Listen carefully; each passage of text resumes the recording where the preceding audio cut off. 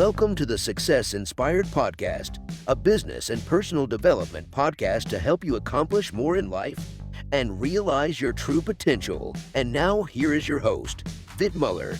Hello, everybody. Welcome to another episode on a Success Inspired Podcast.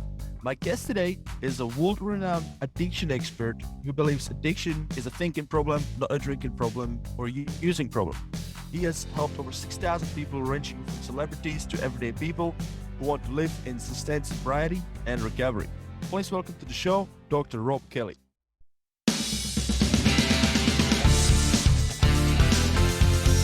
Thank you, Vit. Good to be here. Absolutely great to be here. Great to have you on the show, mate. So I've introduced you a little bit, but what's something that a lot of people don't know about? Well, they call me the addiction doctor because I specialize in addiction. I started drinking at the age of 9, and I have a chronic alcohol problem. I've not drank for some time now, but yeah, it ruined my life, ruined my children's life. And, you know, the ups and downs of alcohol. I took my first drink at the age of 9 on stage with my musical family. And, the stories are horrendous, leading to homelessness, and then back to where I am today. So the journey has been wild, absolutely wild. And my book goes into that. It's like a lows of the lows, highs of the highs, then back lows of the lows again. And then I end up here. So I'm in San Antonio, Texas, although I'm originally from Manchester, United Kingdom. But I've been in Texas for about 14 years now, and I love me some Texas. So what led to that? I mean, music, family, was it the surrounding? Like you said, started drinking at 9 years old? Yes, started drinking at 9. My uncle gave me a beer between sets 1 and 2. And I took the beer, and wow, it was just amazing. Made me feel good. It gave me loads of confidence. So every time we played, Friday, Saturday, and Sunday, I would start drinking. And it was just, probably half a glass of beer, that's all. But it was enough to get me rocking and rolling and, having a great time. So that's what I did. I wasn't drinking alcoholically then. Alcohol was working for me throughout many, many years, including high school and college. And then probably when I got married to my wife and had 2 kids, that's when it started to turn on me, and really things went really wrong for me. What happened? Well, when I got married, I was drinking heavily when I got married, but there's a couple of things I'm not proud of. But one of them was that I was drinking alcoholically, and I woke up at 2 or 3 in the morning, 4 o'clock, and come downstairs to the kitchen to find some vodka, and I found it, and I put it on the side of the kitchen counter for a second while I turned around and got a crystal glass. And as I did, my wife had quietly followed me downstairs, and she snatched a bottle of vodka from the counter and she held it against the chest, and she says, "I think you've had enough." Now, she was probably right, because I've been drinking all the time and I was due to go to work in about 4 hours' time. So what I should have said is, "Thank you, Mrs. Kelly," and gone back to bed. Unfortunately, what I did was took a kitchen knife out and stabbed her 3 times. And as she went to the floor bleeding, I got my bottle of vodka, finished it off, called a taxi, called the police, and the taxi rank was just literally around the corner. So he pulled up within a minute, and I waited so that I could hear the sirens. I jumped in the taxi cab and I fled to Spade, and stayed in Spade for some time until they promised and signed contracts, legal documents, that I would not be charged with the attempted murder. It's pretty bad. But that wasn't the worst. It got worse than that. Got a lot worse than that. When I lost my children, that was the most devastating part of my life. But it happened, after the stabbing incident. We lived in this beautiful house, very, very large house, brand new cars. My business was thriving. And when I came back from Spain, literally on the day I flew back, I got a taxi back home. And as I walked into the door, she had 3 suitcases packed and the children ready to go. And as I walked in the door, so it said to me, "Rob, I'll love you till the day I die, but you're not going to kill our kids." And then she left. And I was so angry. I was screaming at her, and the children was there. And there's probably ages 1 and 3. And they could hear this going on. So I, in a drunken rage, called my attorney and threatened him that if he didn't get my kids back within 24 hours, and I wasn't going to do any business with him. And we did a lot of money with this guy. So he went to court, and somehow the next day he turned up with my children. He got some sort of court order worked in my favor, and I got my children back. So I remember taking them into the living room. I give this guy a big check for doing what he did. And I brought him into the living room. And I was so proud that I could be dad. Like, because I knew nobody was taking him off me. That was it. You daren't do that to me because I will retaliate. And what happened was I sat in front of the TV, went into the kitchen, and I thought, wouldn't it be great if I just had one drink to celebrate the children coming back? And then 3 days later, the police bust the door down. I had no idea between them 3 days I'd been drinking solidly. My children had not been fed or changed diapers for 2 days. And they served me with unfit father papers, neglect and all that stuff it had in it.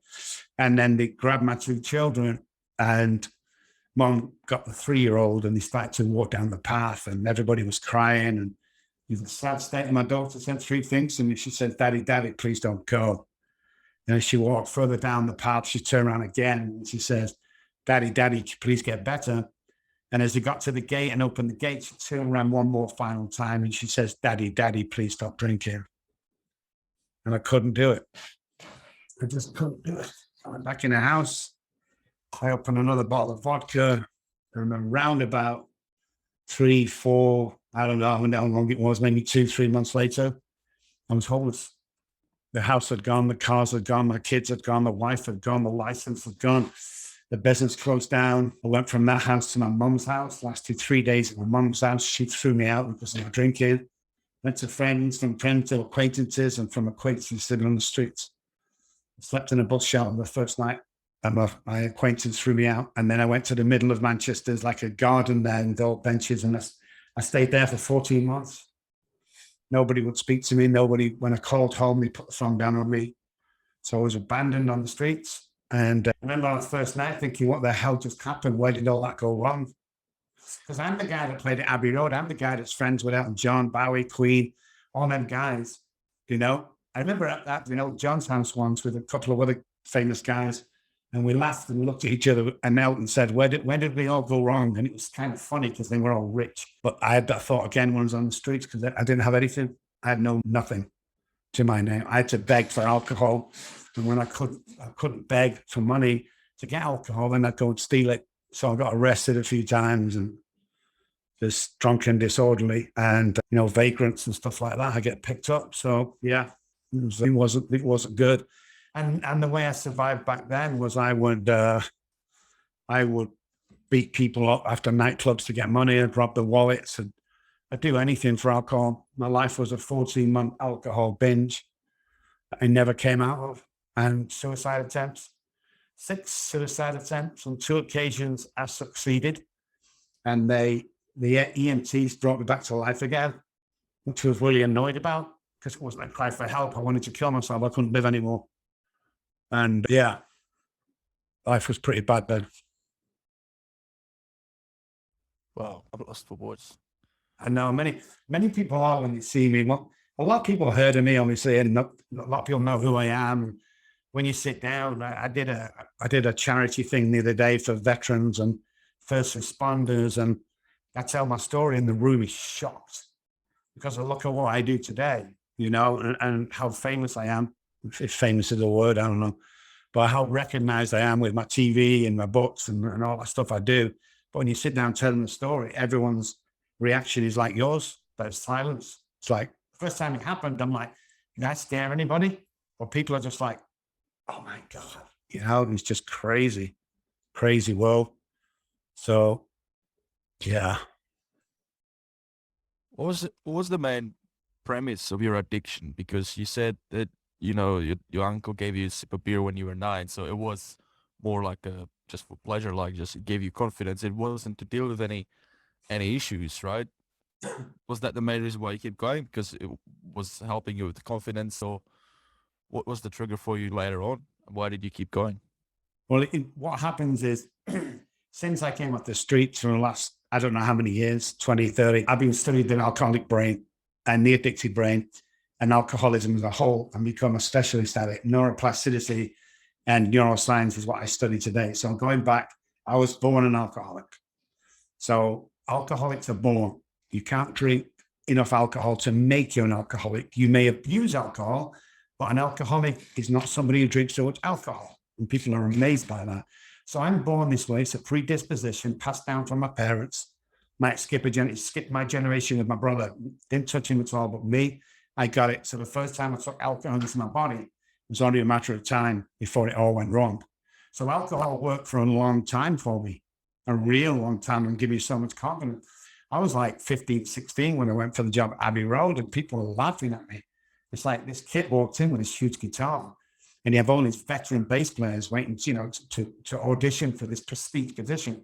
And I didn't give a shit. I was like half drunk. I walked in, cocky, sat down, got my guitar up, played the stuff they told me to play, and then manuscripts, and then just left and went home. And I did that 7 times and finally got the job. So alcohol really was working for me a lot of times. Through college, it did. I'd mix with cocaine and speed, amphetamines. And yeah, I tried coming off alcohol for a month, but I'd use amphetamines and cocaine.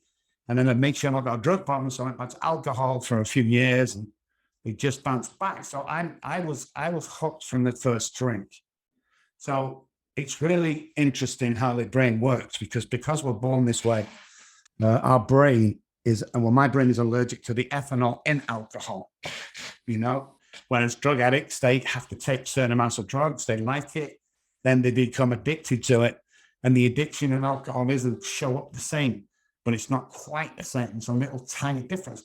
It doesn't mean treatment differs or 12-step groups doesn't differ. That's not talking about that.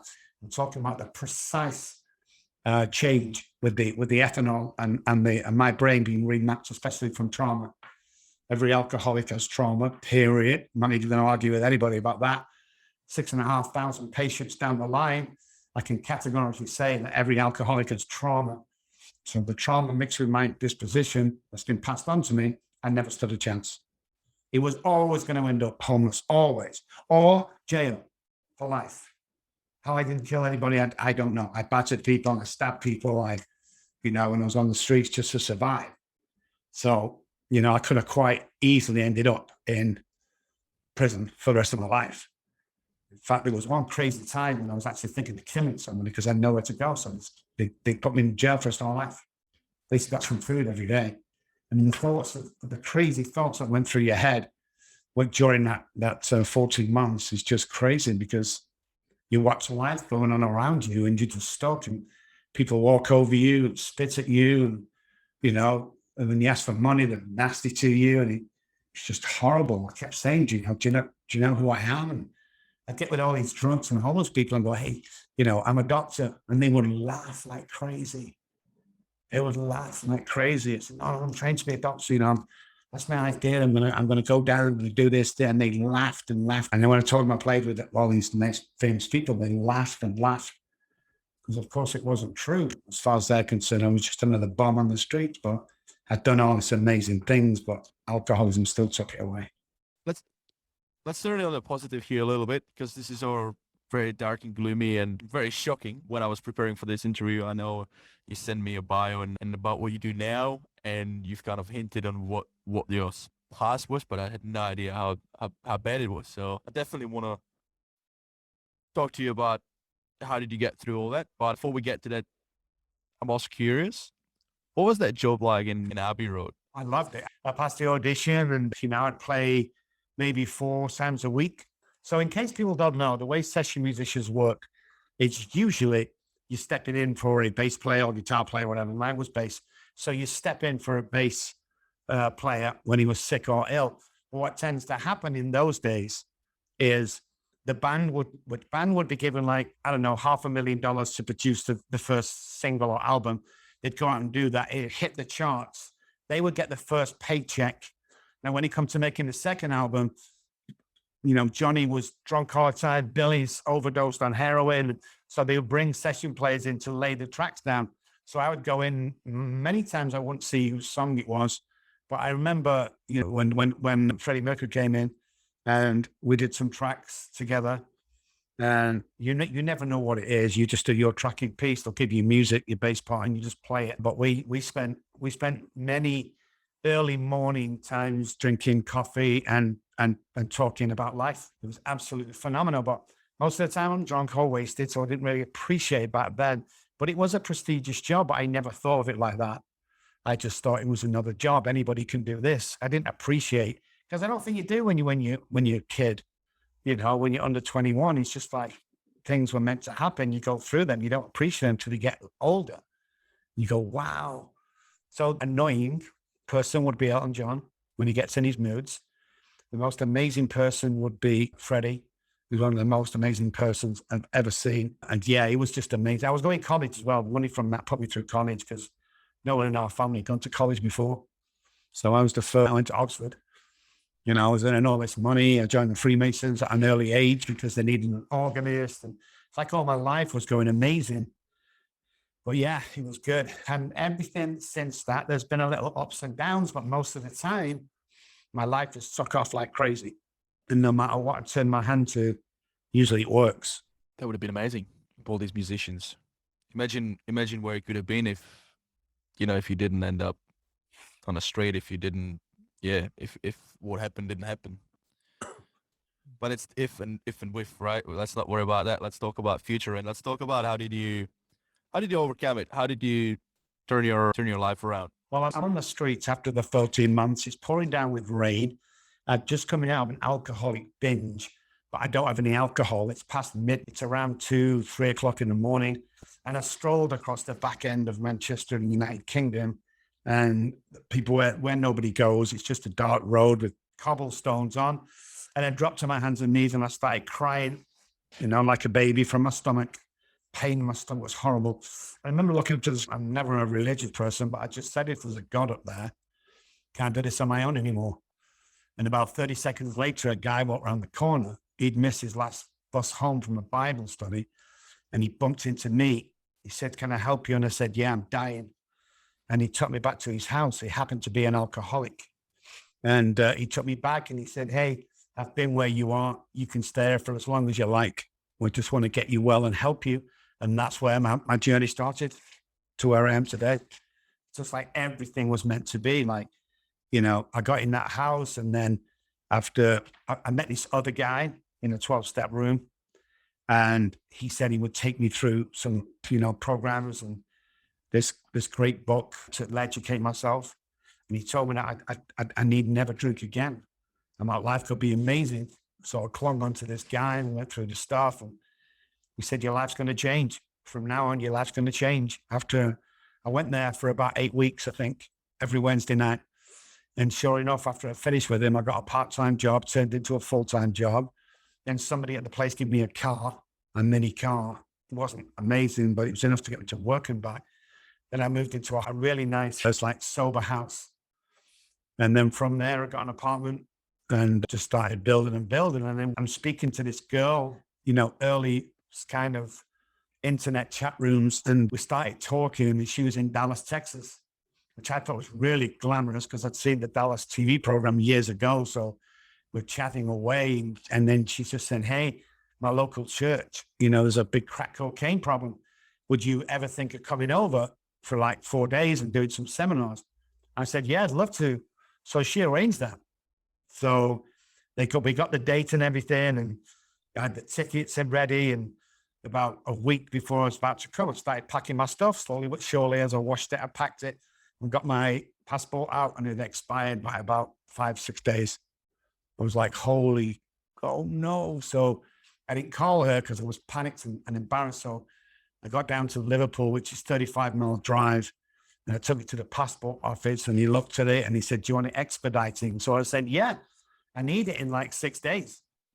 And he said, "Oh, no, expediting is about 4 weeks. It's normally 12 weeks, but we can get it through fast in 4 weeks."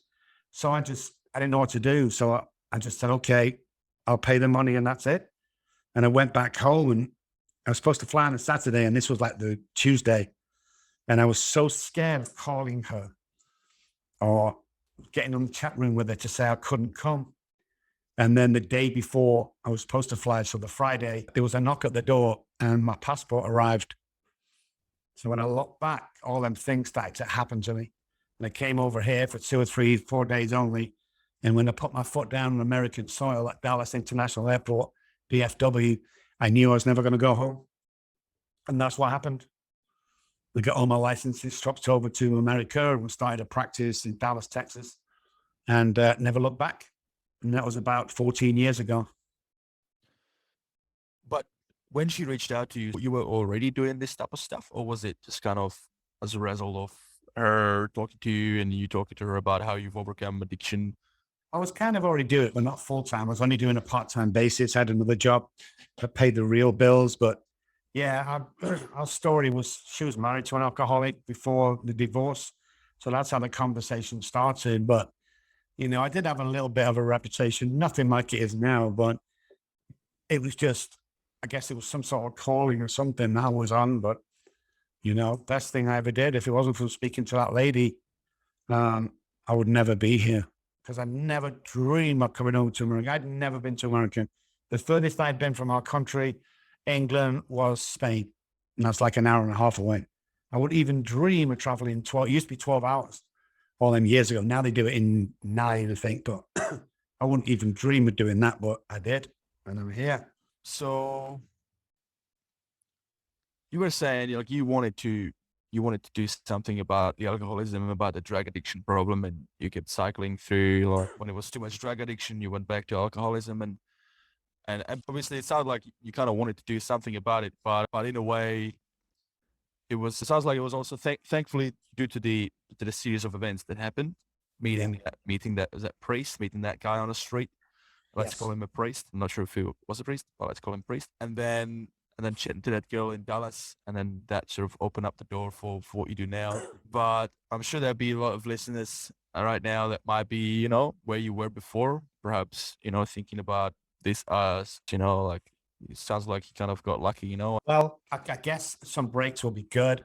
But I've also studied a little bit of quantum physics, due to the alcoholic brain. And I can categorically stand there and say to you that if you want something bad enough, it happens. So whatever you can visualize in your mind, you can hold in your hand. That's a guaranteed fact, but people don't dream that. They don't even think that. But what I want to say to people, if you're sat at home and you're thinking you're a piece of crap, or you're never going to amount to anything, or this is your lot in life, I want to apologize to you because somebody's put that there. We're not born this way. We're born with $1 million minds. Yet we tend to hang around 10-cent minds. It's like if you want it bad enough, you'll get it. If you want information about recovery, you'll get it. If you want to earn $60,000 a year and you're only earning 20 right now, start hanging around the guys that earn 60 grand a year. All these things, quantum physics and the way the world is in the universe, it all works in a certain way. And to crack that code is just amazing. I mean, I've worked with 6,500 people since doing this job. And most of them that I know have gone on to lead an amazing life because, whether you believe in God or the universe or something up there is looking after each and every one of us. It's got nothing to do with religion. It's a spiritual path. But if you realize that and start acting like we should, being kind to another human being, always help when you can, always say kind words, do work on yourself, especially your childhood trauma. And when you get through all that, things start to happen really quick, because that's what happened to me. The guy I finally went through the work with, who I walked to see every Wednesday evening for 8 weeks, when I finally finished with him, about 1 or 2 weeks after that, I got my first paycheck. I got a little teddy bear and a card, and I walked back to that man's house like I'd been doing for 8 weeks. And when I got there was nobody in. And I banged that door on the apartment, and the next lady come on the next door to me and says, "Can I help you?" And I said, "Can you tell me where John's relocated to?" And she said, "There's been no one in that apartment for at least 6 months that I've been here." So I went around to the other side and knocked at this guy and walked to the door, and I said, "Hey, got a Looney Tunes next door." She doesn't remember. I came here for about 8 weeks. Do you remember John? And he said, "John, there's been no one that name living here. I know that apartment's been empty for at least a year." And I could never trace him. You see, I wanted it bad enough. And whoever it is looking after me, God, I call God, looking after me, sent me the right people when I wanted. But if you're happy sitting at home and not doing anything with your life and struggling for money and stuff like that, you're never going to get any help. No one's going to come to the door, knock on your door and go, "Hey, here's $100,000 job that you can have." You have to go out and seek it. And everybody is capable of seeking it. You see, there's no difference between me on the streets and me now. The only difference is the guy on the street wanted this badly.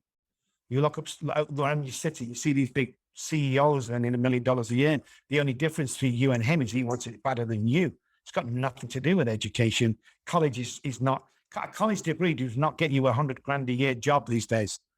You know, I know people with doctorates, you know, and masters that are working at Kentucky Fried Chicken and McDonald's. I mean, it's how bad you want it. The world is at our fingertips right now, especially with everyone's online, especially through COVID. You know, this is the time to shine. This is the time when you can turn your computer into $1 million business. Instead of saying, I want to build a company, why don't you start saying to yourself, I want to build an empire? Because that's where the thought patterns comes, and then neural pathways will be firing, ready to go. So most alcoholics are born with self-sabotaging neural pathways, which means I could go for a week, a month, sometimes even a year, building up this business and making this bright outlook for each future. And then I go on a series of sprees and drunken episodes and then ruin everything. You know, the more self-care neural pathways we have in our brain, the better chance we stand of becoming a success. And then, of course, you've got to look at what is success. Is success working a 9-to-5 job, looking at my family? Yes. Is success getting my children back for the weekend off my wife? Yes. All these little journeys and all these little wins that we have, you must take advantage of them and realize there's always somebody worse off than you. When I was on the streets, there was people worse off than me. I saw people on the streets that couldn't walk. They were in wheelchairs. I saw surgeons on the street because of alcohol, like real heart surgeons, you know, and you know, they just lost everything because of alcohol. But if you want it bad enough, it'll come. That's how the universe works. It's like if you convince yourself, like internal dialogue is very important for success. If I drop a pen on the floor, I used to say, oh, what a stupid idiot. Stop saying that, because your brain, the subconscious brain, will take that in. Just like your parents said, stop doing that, you'll never be clever enough. No, you cannot go to college, Rob. You're not as clever as your brother.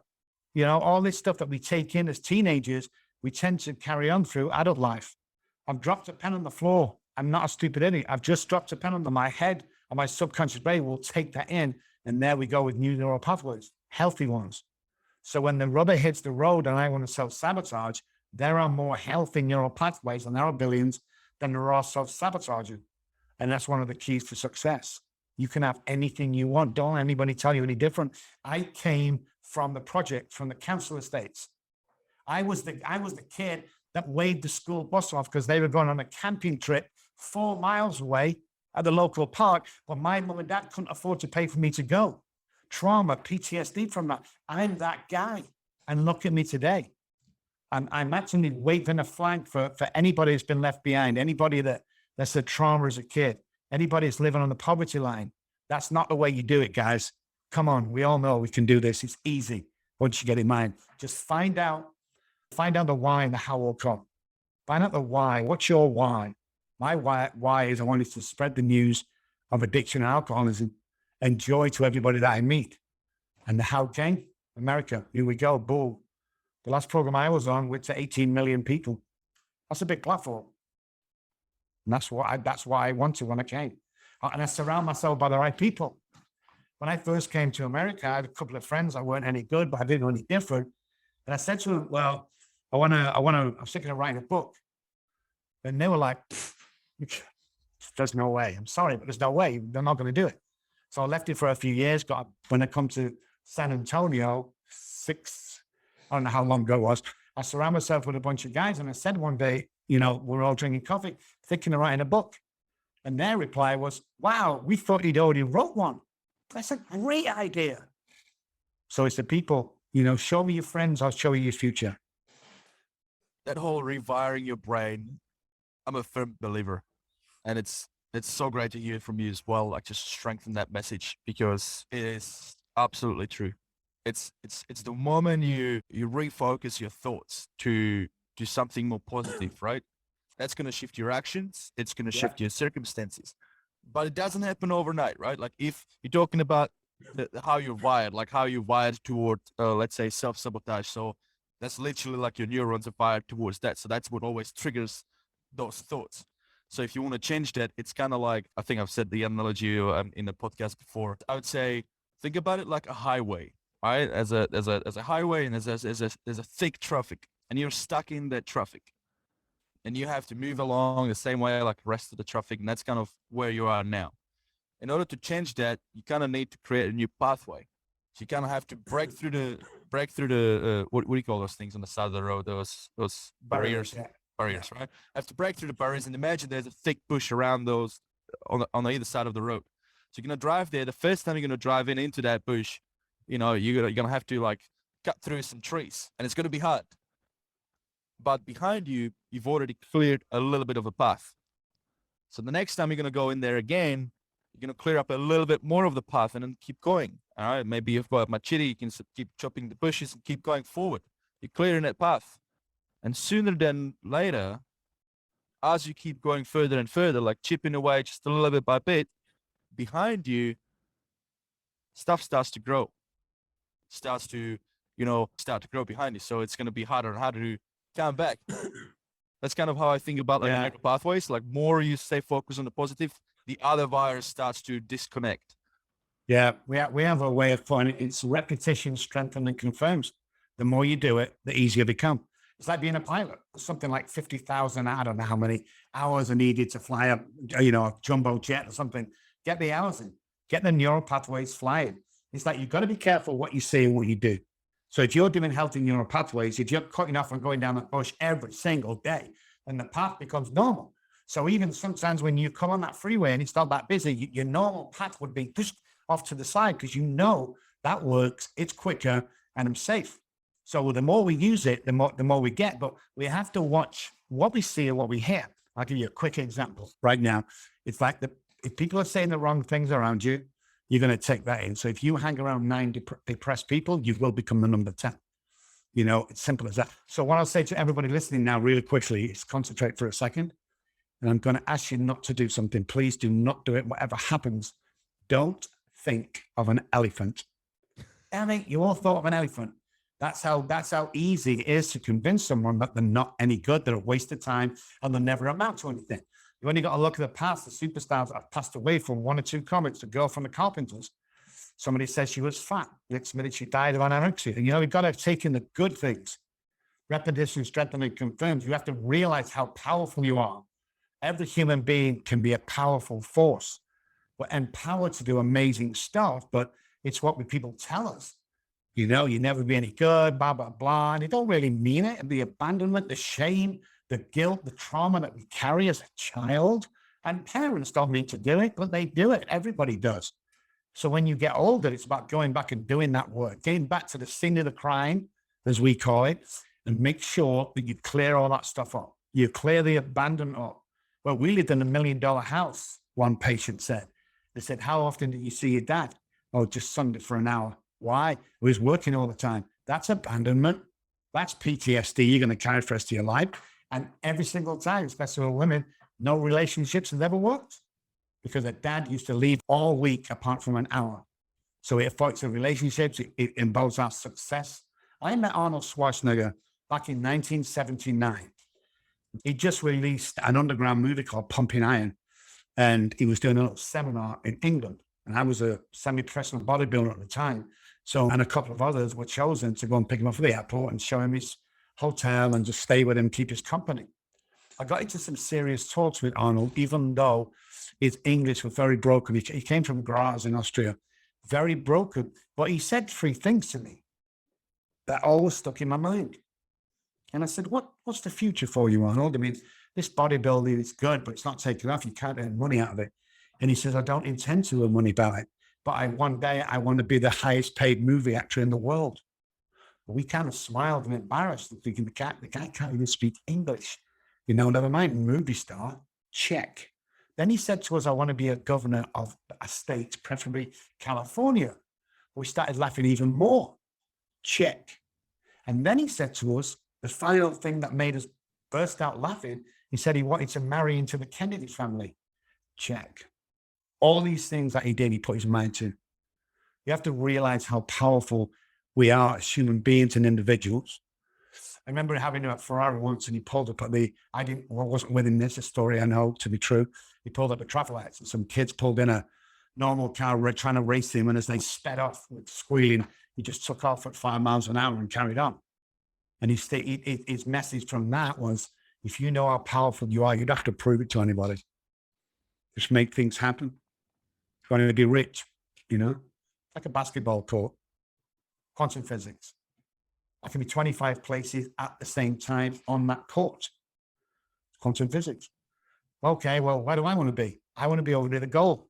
So when I get the ball, I'm going to smack it in the goal. I'm going to be the hero of the game. Can you see yourself there? My mentor says.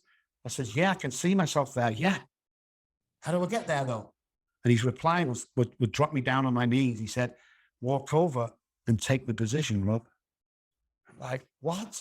You've already visualized it. Walk over and take the position. And that's where many people go wrong, because they visualize something and think, oh no, wow, that's crazy. I can't do that. Well, you think Apple guys come from, and Google guys and Amazon guys. I have a picture of the Amazon guy in a tiny little office with a canvas at the back of it sprayed on saying Amazon, selling $5 a week. But he had a dream and he had a vision and he believed in it. He believed. Netflix did the same, with everybody who's selling videos and renting videos. They've tried to go and, help work with Blockbuster, and Blockbuster said, no, you're too small. You can't do anything. Well, someone in Netflix, and I'll take it as a CEO, said, screw you. We can do everything we want to do. And sooner or later, these Blockbusters go out of business because of Netflix. It's all about knowing. It's all about belief. It's all about walking forward and every single day, making sure stuff happens. And a champion's way to do this is when you get up in the morning, write 5 things down that you're going to do that day. Even if it's breakfast, lunch, visit the dentist, go for that interview, buy wife some flowers, put it down every morning. And then 5 things cross off as you go through the day. And if you've completed 5 things when you finish the day, you've moved forward to your dream. And if you've only done 4 of them because you were too busy, then you've taken a step back. We daren't believe in this country. That's the problem. Take the brakes off your imagination. Take them off. Because every single body can do what I've done. I wish I could sit here a bit and tell you how special I am and how amazing. I'm nothing special. I just had a dream and a vision. This is great what you just said. Like I was going to ask you about that. Like how can somebody that is in a really, really dark place, what would be like the easiest first step? And so this is great. Like focus on something super simple. Like even if it's like, I'm going to eat a breakfast today, I'm going to eat lunch, and I'm going to eat dinner, and I'm going to go for 5 minutes walk. Something that is super low key, right? And by accomplishing those things, that's like that first step. Like it's going to give you a bit of a satisfaction, something like you can say, okay, I thought about doing it and I did it and I've accomplished it. And that's it. The brain takes it as a success. You want to start the day off great, of succeeding in something, make laughter to a momentum to me. I'm not making my bed. I have to make your bed, Rob. And I did it. And the brain looks at it as a win. You do 4 of them a day. All of a sudden you're winning at every single thing you do. And once your imagination is fired, ask for that job, go for that job, ask for that girlfriend or that boyfriend, ask for that house. There's no reason at all why you can't do it. You just need to set your life out, plan every single day when you get up, make bed, lunch, dinner, walk, flowers. Next day, make bed, go for a 10-mile run, apply for that. Just get 5 things every single day in the night before, write them down. And the brain will get used to success all the time. That's all it is. And the more the subconscious brain loads them new neural pathways and ideas, when you come to self-sabotage, which is, oh my God, I've got an interview tomorrow. Oh my God. The brain's not going to do that. The brain is going to go, yeah, this is yours. This is yours. Walk in. We prep the highest paid actors and footballers. We work with them, and normal guys sweeping the road. We prep them for that job. One of the guys we had in, who I took into my private clinic in Texas, I picked him up from jail, or we did. There was a bunch of us picked him up from jail. And the judge says, I'm going to release him to you, Dr. Robb, but let me tell you categorically that if he goes missing, because he always did, he was a runner, then, and this is a broken down actor who Hollywood had enough of him. And we took him back to our ranch and we convinced him that within 90 days, he was going to be the biggest movie star ever. And we worked on him and everybody in the clinic worked on him every time the past, looking great. Oh my God, you're amazing. Wow. Everyone, and he started to believe it. They got more confidence. And 2 weeks before he was due to leave, a big parcel came in the mail. And the chauffeur went down to the gate to pick it up, and he brought it up to the house. He said, Dr. Robb, there's the package for your guy. And I walked him and I passed it him. And he looked at this package and he looked at me and he opened it and he pulled it out and he went, oh my God, it's a script for Iron Man. And the rest is history. That was Robert Downey Jr. Wow. And the rest is history. And that's how you do life. That's how we do life today. I've had a guy who also wanted to be the foreman. He wanted the manager of this road crew that went around sweeping roads. That was his ambition. And that's all he wanted to do. We prepped him for that. When the interview was time, he walked in, he snatched that job. He'd already got it before he walked in.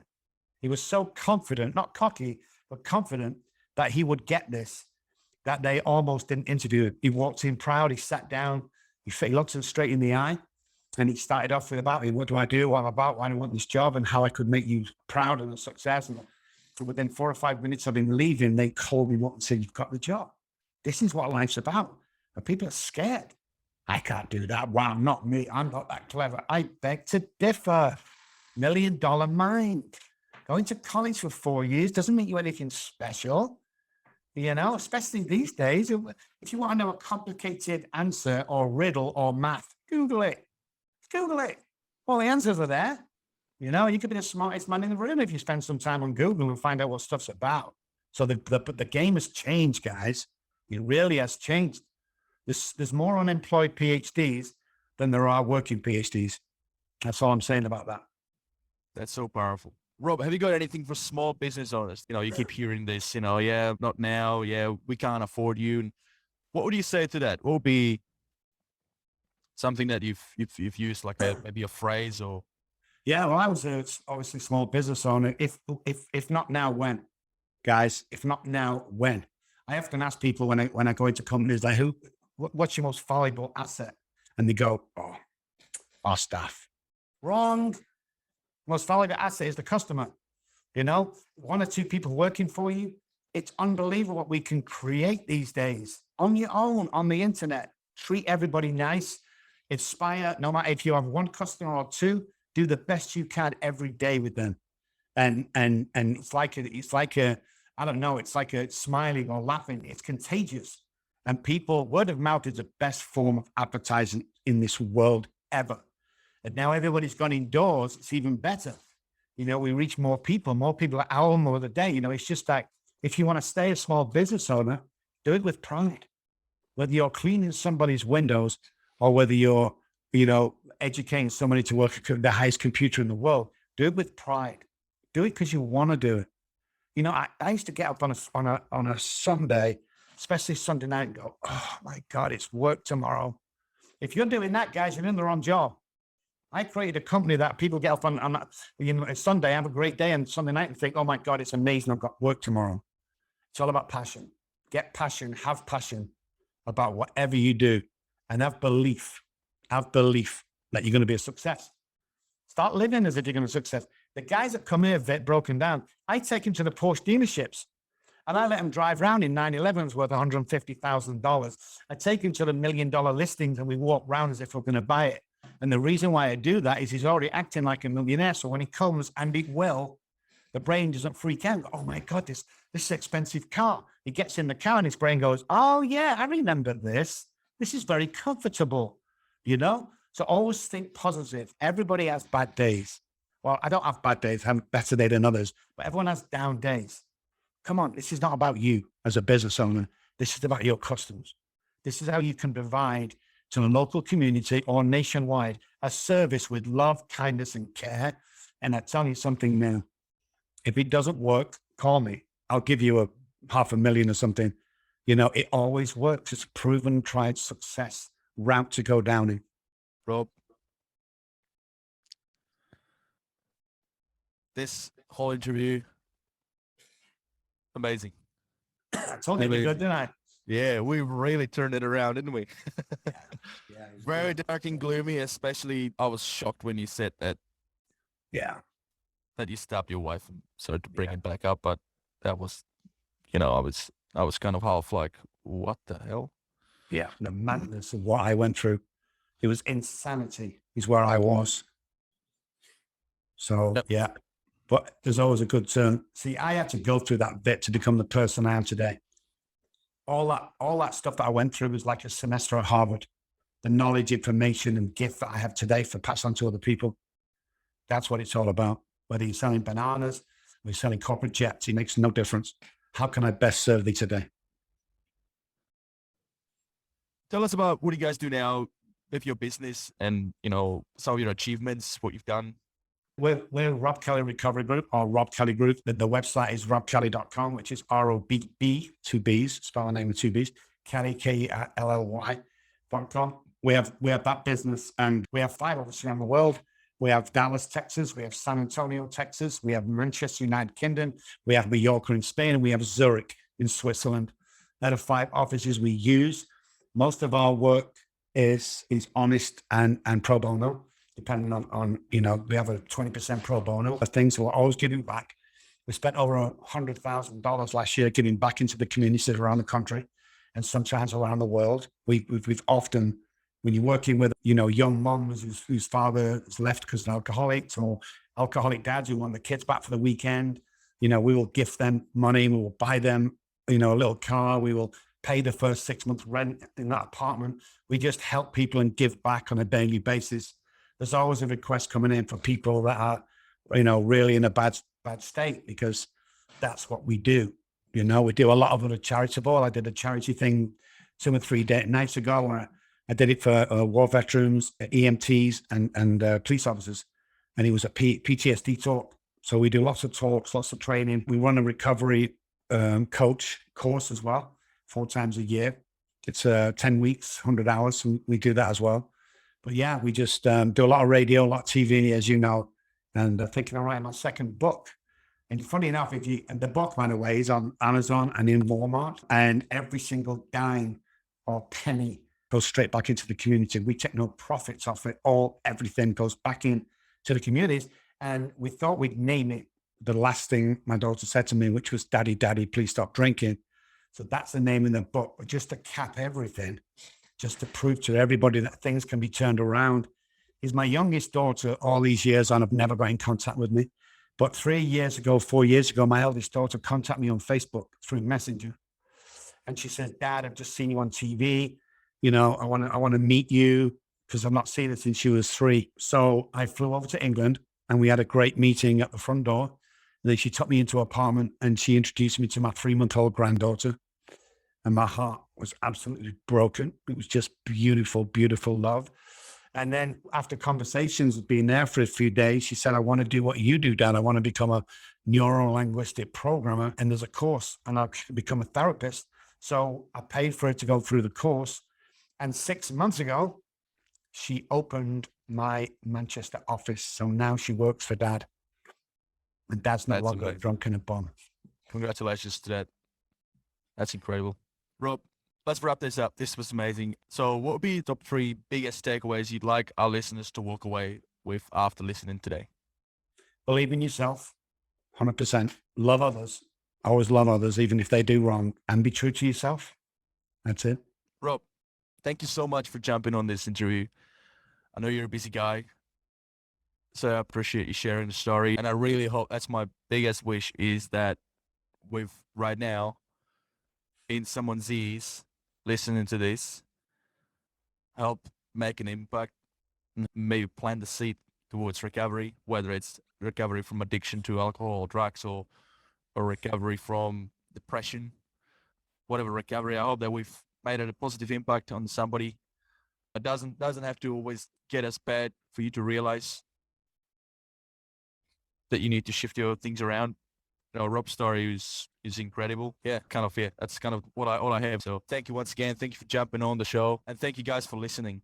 Thank you guys for listening to today's episode on the Success Inspired podcast. Now, if you've enjoyed this interview and you found it impactful and you feel like this could help somebody else by listening to this, then please share it with your mates. Share it in your socials. All the links are on the page. Share it with anybody that you think that would benefit from listening. Okay, so for any show notes, any links, I'm going to put Rob's links in. So if any of you out there that's like need help, his clinics around the world, Zurich, Manchester, Mallorca, and then 2 in Texas. You can reach out to him for help, and you don't have to live there. I'm pretty sure Rob has stuff that he does online. I'll be surprised if he doesn't. Yeah, you have that stuff, right? Yeah, Definitely. So for any show notes, any links, any extra tips, anything like that to help you accomplish more in life and realize your true potential, please go to successinspiredpodcast.com. And Rob's website is robkelly.com. That's ROBBKELLY.com. So thank you, and have a great rest of your day, everybody.